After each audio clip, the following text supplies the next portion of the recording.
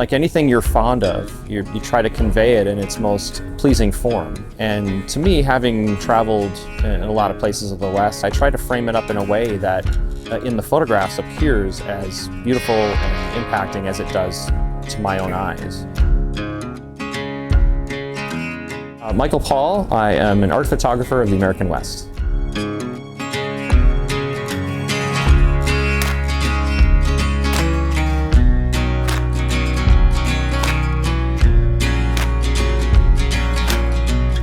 I tend to be a person fascinated with reality. Even my reading is generally nonfiction, and of all the artistic forms, I felt like it was maybe the only one that I could think of that was categorized more purely as a nonfiction format of capturing, in this case, the American West. I'm also really interested in the history of photography, so combining the interest with the West with that evolving art form seemed to be a natural landing spot for my artistic energies. I'm like a third generation person afflicted with interest in American history. Both my grandfathers and my dad, and so yeah, it set deep roots in me already.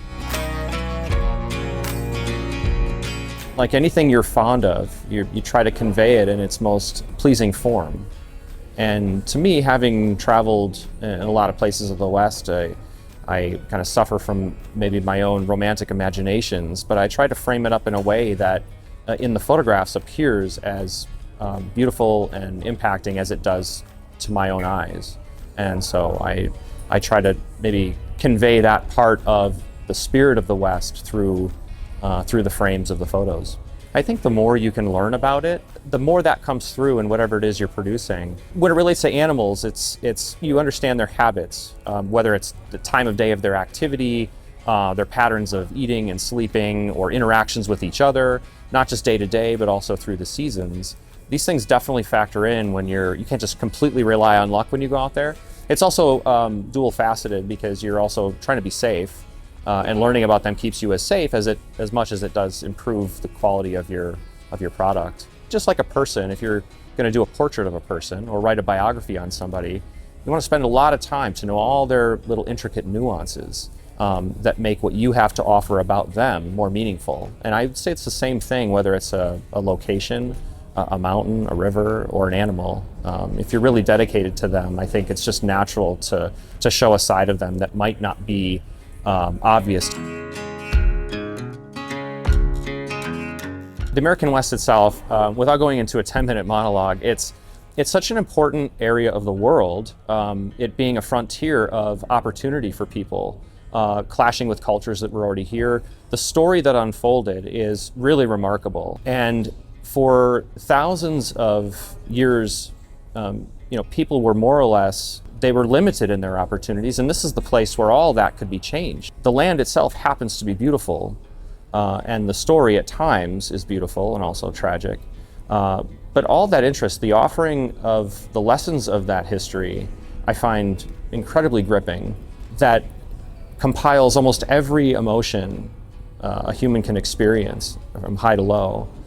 And there's a lot to be learned from that. But it initially drew my fascination before I put a camera in my hand. It just so happened that a lot of those places are beautiful. And they're certainly being developed a lot. And so the Romance of the American West is really my effort to depict this incredible stage where all this unfolded in its most idyllic way. You think of the West, you think of mountains and rivers, and I call them sky-piercing peaks. And these things have natural wonder, they always have.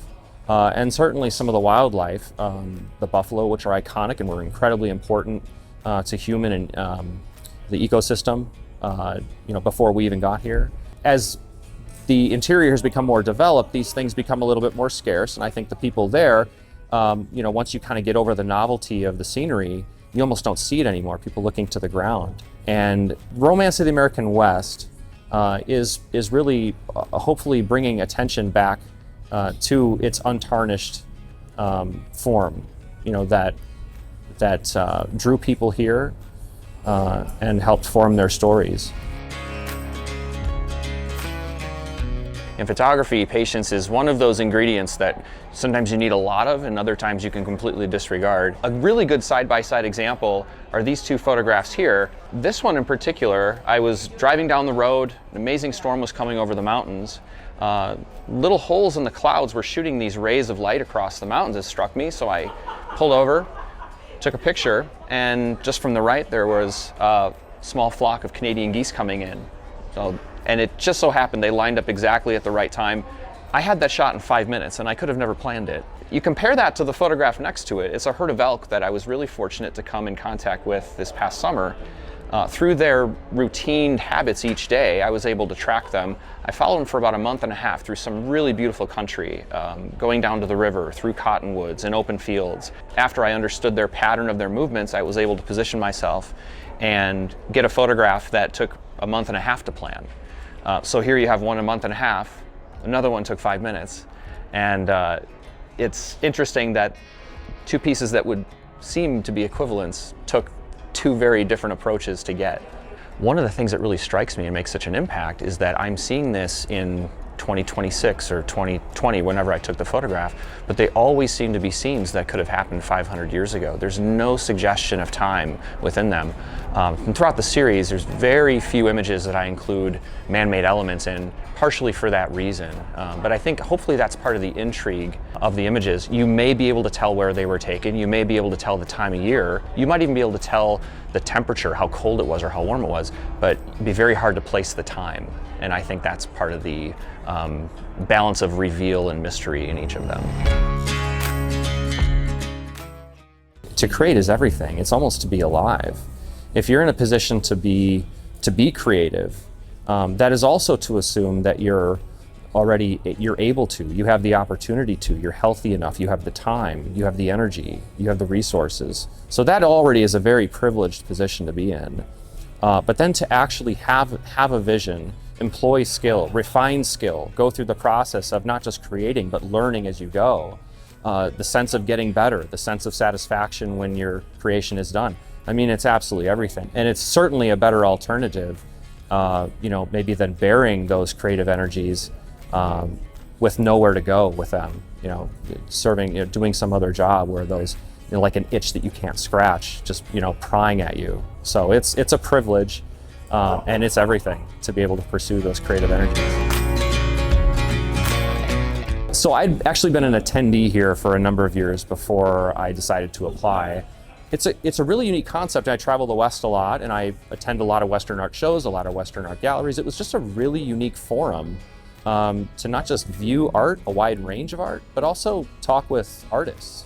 And as a creative person, you get to jaw with your fellow creative junkies. People are enthusiastic. It's just always seemed like a happy environment. And I thought, having seen a lot of other Western art come through here, I thought it would be a good fit to try to showcase and get some visibility on my series, especially now that it's finally published after 10 years.